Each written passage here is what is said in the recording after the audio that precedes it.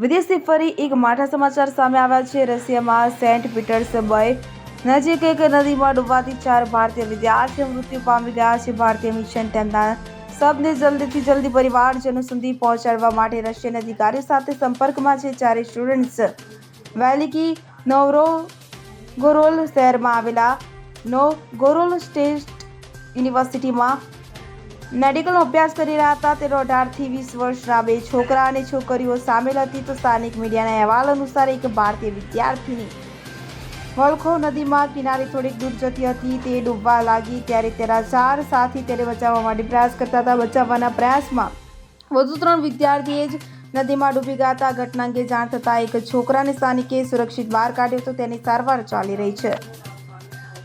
Bureau report CN24 news.